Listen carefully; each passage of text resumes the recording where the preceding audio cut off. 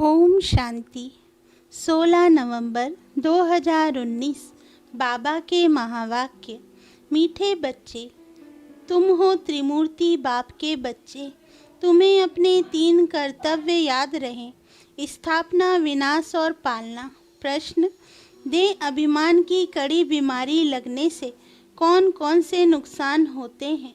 उत्तर: number 1, देह अभिमान वालों के अंदर जेलसी होती है। जेलसी के कारण आपस में लून पानी होते रहते, प्यार से सेवा नहीं कर सकते हैं, अंदर ही अंदर जलते रहते हैं। नंबर 2, बेपरवाह रहते हैं। माया उन्हें बहुत धोखा देती रहती है। पुरुषार्थ करते करते फा हो जाते हैं, जिस कारण पढ़ाई ही छूट जाती है। नंबर 3, देहाभिमान के कारण दिल साफ नहीं। दिल साफ ना होने के कारण बाप की दिल पर नहीं चढ़ते। नंबर 4, मूड ऑफ कर देते हैं, उनका चेहरा ही बदल जाता है। ओम शांति। सिर्फ बाप को ही याद करते हो या और भी कुछ याद आता है? बच्चों को स्थापना, विनाश और पालना तीनों की याद होनी चाहिए, क्योंकि साथ साथ इकट्ठा चलता है ना। जैसे कोई बैरिस्ट्री पढ़ते हैं तो उनको मालूम है मैं बैरिस्टर बनूंगा, वकालत करूंगा, बैरिस्ट्री की पालना भी करेंगे ना। जो भी पढ़ेगा उनकी एम तो आगे रहेगी। तुम जानते हो हम अभी कंस्ट्रक्शन कर रहे हैं, पवित्र नई दुनिया स्थापन कर रहे हैं। इसमें योग बहुत जरूरी है। योग से ही हमारी आत्मा जो पतित बन गई है वह पावन बनेगी, तो हम पवित्र बन फिर पवित्र दुनिया में जाकर राज्य करेंगे। यह बुद्धि में आना चाहिए। सब इम्तिहानों में सबसे बड़ा इम्तिहान व सभी पढ़ाइयों से सबसे ऊंच पढ़ाई यह है। पढ़ाइयाँ तो अनेक प्रकार की है ना। यह तो सब मनुष्य को पढ़ाते हैं, और वह पढ़ाइयाँ इस दुनिया के लिए ही है। पढ़कर फिर उनका यह फल यहाँ ही पाएंगे। तुम बच्चे जानते हो इस बेहद की पढ़ाई का फल हमको नई दुनिया में मिलना है। वह नई दुनिया कोई दूर नहीं, अभी संगम युग है। नई दुनिया में ही हमको राज्य करना है। यहाँ बैठे हो तो भी बुद्धि में यह याद करना है, बाप की याद से ही आत्मा पवित्र बनेगी। फिर यह भी याद रखना है कि हम पवित्र बनेंगे, फिर इस बाप की याद से ही फिर यह भी याद रखना है कि हम पवित्र बनेंगे, फिर इस इम्प्योर दुनिया का विनाश भी जरूर होगा। सभी तो पवित्र नहीं बनेंगे। तुम बहुत थोड़े हो जिनमें ताकत है। तुम्हारे में भी नंबरवार ताकत अनुसार ही सूर्यवंशी चंद्रवंशी बनते हैं ना। ताकत तो हर बात में चाहिए। यह है ईश्वरी माइट। इनको योग बल की माइट कहा जाता है। बाकी सब है जिस्मानी माइट, यह है रूहानी माइट। बाप कल्प कल्प कहते हैं, हे बच्चों मामेकम याद करो, सर्वशक्तिमान बाप को याद करो। वह तो एक ही बाप है, उनको याद करने से आत्मा पवित्र बनेगी। ये बहुत अच्छी बातें हैं धारण करने की। जिनको यह निश्चय ही नहीं कि हमने 84 जन्म लिए हैं, उनकी बुद्धि में ये बातें बैठेंगी नहीं। जो सतो प्रधान दुनिया में आए थे वही अब तमो प्रधान में आए हैं। वही आकर जल्द ही निश्चय बुद्धि बनेंगे। अगर कुछ भी नहीं समझते हैं तो पूछना चाहिए। पूरी रीति समझे तो बाप को भी याद करें। समझेंगे नहीं तो याद भी नहीं कर सकेंगे। यह तो सीधी बात है। हम आत्माएं जो सतो प्रधान थी वही फिर तमो प्रधान बनी है। जिनको यह संशय होगा कि कैसे समझे हम 84 जन्म लेते हैं, वह बाप से कल्प पहले भी वर्षा लिया है। वह तो पढ़ाई में पूरा ध्यान ही नहीं देंगे। समझा जाता है इनकी तकदीर में नहीं है। कल्प पहले भी नहीं समझा था, इसलिए याद कर नहीं सकेंगे। यह है ही भविष्य के लिए पढ़ाई। नहीं पढ़ते हैं तो समझा जाता है कल्प कल्प नहीं पढ़ते थे, अथवा थोड़ी मार्क्स में पास हुए थे, स्कूल में बहुत फेल भी होते हैं, पास भी नंबरवार ही होते हैं। यह भी पढ़ाई है, इसमें नंबरवार पास होंगे। जो होशियार हैं वह तो पढ़कर फिर पढ़ाते रहेंगे। बाप कहते हैं मैं तुम बच्चों का सर्वेंट हूँ, बच्चे भी कहते हैं कि हम भी सर्वेंट हैं। हर एक भाई बहन का कल्याण करना है। बाप हमारा कल्याण करता है, हमको फिर औरों का कल्याण करना है। सबको यह भी समझाना है, बाप को याद करो तो पाप कट जाए। जितना जितना जो बहुतों को पैगाम पहुंचाते हैं उन्हें बड़ा पैगंबर कहेंगे। उनको ही महारथी अथवा घोड़े सवार कहा जाता है। प्यादे फिर प्रजा में चले जाते हैं। इसमें भी बच्चे समझते हैं कौन कौन साहूकार बन सकेंगे। ये ज्ञान बुद्धि में रहना चाहिए। तुम बच्चे जो सर्विस के लिए निमित्त बने हुए हो, सर्विस के लिए ही जीवन दी हुई है, तो पद भी ऐसे पाएंगे। उनको किसी की भी परवाह नहीं रहती। मनुष्य अपने हाथ पांव वाला है ना, बांधा तो नहीं जा सकता। अपने को स्वतंत्र रख सकते हैं, ऐसे क्यों बंधन में फंसो। क्यों ना बाप से अमृत लेकर अमृत का ही दान करूं। मैं कोई रीढ़ बकरी थोड़ी ही हूँ जो कोई हमको बांधे। शुरू में तो तुम बच्चों ने कैसे अपने को छुड़ाया, रनियां मारी हाय हाय कर बैठ गए।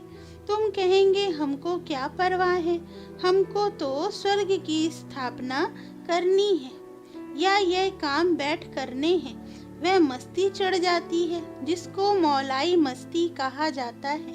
हम मौला के मस्ताने हैं। तुम जानते हो मौला से हमको क्या प्राप्त हो रहा है। मौला हमको पढ़ा रहे हैं ना। नाम तो हैं उनके बहुत, परंतु कोई कोई नाम बहुत मीठे हैं। अभी हम मौलाई मस्त बने हैं। बाप डायरेक्शन तो बहुत सिंपल देते हैं, बुद्धि भी समझती है। बरोबर हम बाप को याद करते करते सतो प्रधान बन जाएंगे और विश्व के मालिक भी बनेंगे। यही तात लगी हुई है। बाप को हरदम याद करना चाहिए। सामने बैठे हो ना, यहाँ से बाहर निकले और भूल जाएंगे। यहाँ जितना नशा चढ़ता है उतना बाहर में नहीं रहता, भूल जाते हैं। तुमको भूलना नहीं चाहिए, परंतु तकदीर में नहीं है तो यहाँ बैठे भी भूल जाते हैं। बच्चों के लिए म्यूजियम में और गांव-गांव में सर्विस करने के लिए प्रबंध हो रहे हैं। जितना भी समय मिला है, बाप तो कहते हैं जल्दी जल्दी करो, परंतु ड्रामा में जल्दी हो नहीं सकती। बाप तो कहते ऐसी मशीनरी हो जो हाथ डाले और चीज़ तैयार हो जाए। यह भी बाप समझाते रहते हैं। अच्छे अच्छे बच्चों को माया नाक और कान से अच्छी रीति पकड़ती है।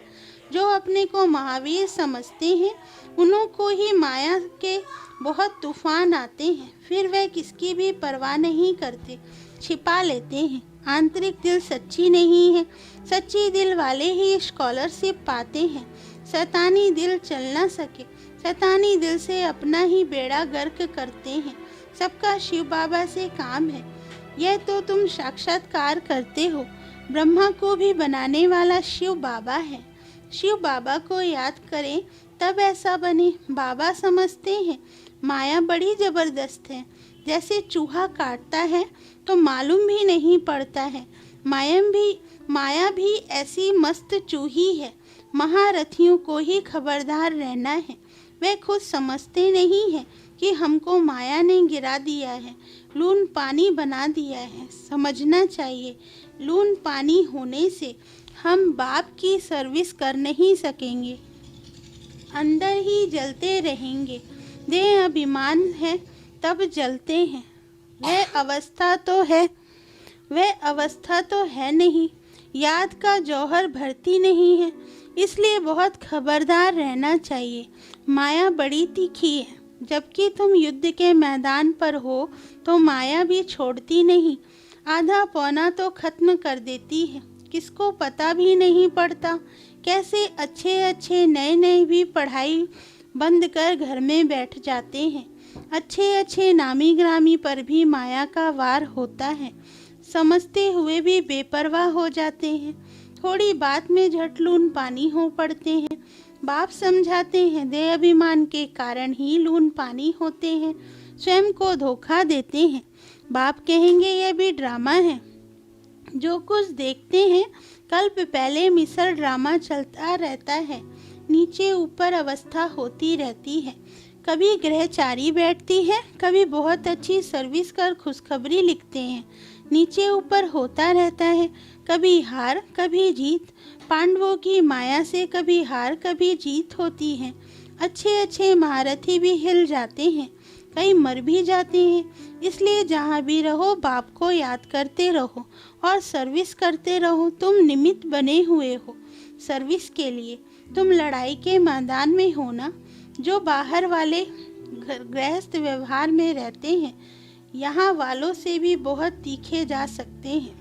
माया के साथ पूरी युद्ध चलती रहती है। सेकंड बाय सेकंड तुम्हारा कल पहले मिसल पाठ चलता आया है। तुम कहेंगे इतना समय पास हो गया, क्या क्या हुआ? वह भी बुद्धि में है। सारा ज्ञान बुद्धि में है। जैसे बाप में ज्ञान है, इस दादा में भी आना चाहिए। बाबा बोलते हैं तो जरूर दादा भी बोलते होंगे। तुम भी जानते हो कौन कौन अच्छे दिल साफ हैं। दिल साफ वाले ही दिल पर चढ़ते हैं। उनमें लून पानी का स्वभाव ही नहीं रहता, सदैव हर्षित रहते हैं। उनका मूड कभी फिरेगा नहीं। यहाँ तो बहुतों की मूड फिर जाती है, बात मत पूछो।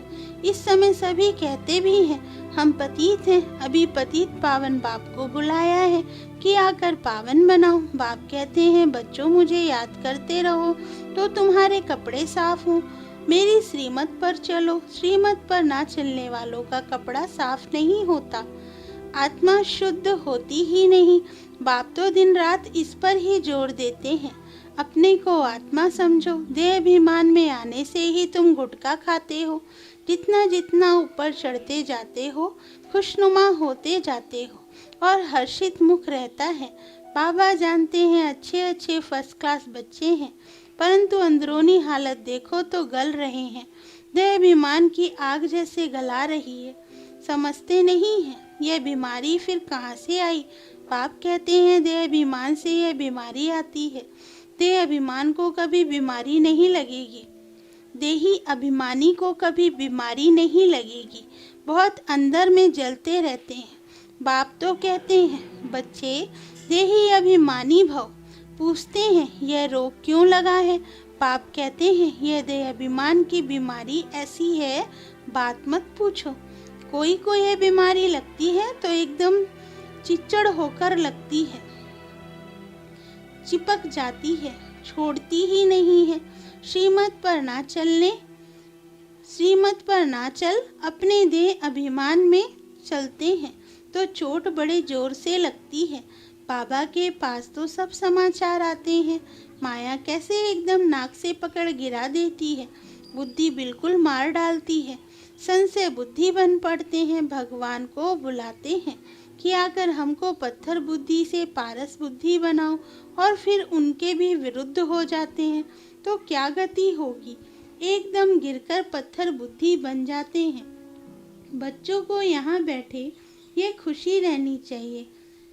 Student life is the best, यह है। बाप कहते हैं इनसे और कोई पढ़ाई ऊंच है क्या। दी बेस्ट तो यह है, 21 जन्मों का फल देती है। तो ऐसी पढ़ाई में कितना अटेंशन देना चाहिए। कोई तो बिल्कुल अटेंशन नहीं देते हैं। माया नाक कान एकदम काट लेती है। बाप खुद कहते हैं आधा कल्प इनका राज्य चलता है, तो ऐसा पकड़ लेती है जो बात मत पूछो। इसलिए बहुत खबरदार रहो, एक दो को सावधान करते रहो। शिव बाबा को याद करो, नहीं तो माया नाक कान काट लेगी, फिर कोई काम के नहीं रहेंगे। बहुत समझते भी हैं कि हम लक्ष्मी नारायण का पद पाएं, इम्पॉसिबल है। थक कर फाह हो जाते हैं। माया से हार खाकर एकदम किचड़े में जाकर पड़ते हैं। देखो हमारी बुद्धि बिगड़ती है तो समझना चाहिए माया ने नाक से पकड़ा है। याद की यात्रा में बहुत बल है, बहुत खुशी भरी हुई है। कहते भी हैं खुशी जैसी खुराक नहीं। दुकान में ग्राहक आते रहते हैं, कमाई होती रहती है, तो कभी उनको थकावट नहीं होगी, भूख नहीं मरेंगे, बड़ी खुशी में रहते हैं। तुमको तो अथाह बेशुमार धन मिलता है, तुम्हें तो बहुत खुशी रहनी चाहिए। देखना चाहिए हमारी चलन दैवी है या आसुरी है। समय बहुत थोड़ा है, अकाल मृत्यु की भी जैसे रेस है। एक्सीडेंट आदि देखो कितने होते रहते हैं, तमो प्रधान बुद्धि हो जाते हैं। बरसात जोर से पड़ेगी, उनको भी कुदरती एक्सीडेंट कहेंगे। मौत सामने आया कि आया, समझते भी हैं। एटॉमिक बॉम्ब्स की लड़ाई छिड़ जाएगी। ऐसे ऐसे खौफनाक काम करते हैं, तंग कर देंगे तो फिर लड़ाई भी छिड़ जाएगी। अच्छा, मीठे मीठे सिकिल दे बच्चों प्रति माता पिता बाप दादा का याद प्यार और गुड मॉर्निंग। रूहानी बाप की रूहानी बच्चों को नमस्ते। धारणा के लिए मुख्य सार नंबर 1, मौलाई मस्ती में रहकर स्वयं को स्वतंत्र बनाना है, किसी भी बंधन में नहीं बंधना है। माया चूही से बहुत बहुत संभाल करनी है, खबरदार रहना है, दिल में कभी भी शैतानी ख्याल ना आए। नंबर 2, बाप द्वारा जो बेशुमार धन ज्ञान का मिलता है उसी खुशी में रहना है। इस कमाई में कभी भी संशय बुद्धि बन थकना नहीं है। Student life the best life है, इसलिए पढ़ाई पर पूरा पूरा ध्यान देना है। वरदान, सर्व प्राप्तियों के खजानों को स्मृति स्वरूप बन कार्य में लगाने वाले सदा संतुष्ट आत्मा भव। संगम युग का विशेष वरदान संतुष्टता है और संतुष्टता का बीज सर्व प्राप्तियां हैं। असंतुष्टता का बीज स्थूल व सूक्ष्म अप्राप्ति है।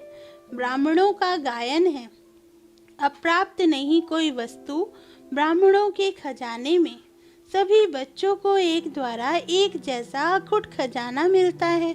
सिर्फ उन प्राप्त हुए खजानों को हर समय कार्य में लगाओ, अर्थात स्मृति स्वरूप बनो। बेहद की प्राप्तियों को हद में परिवर्तन नहीं करो तो सदा संतुष्ट रहेंगे। स्लोगन, जहाँ निश्चय है वहाँ विजय की तकदीर की लकीर मस्तक पर है ही। ओम शांति।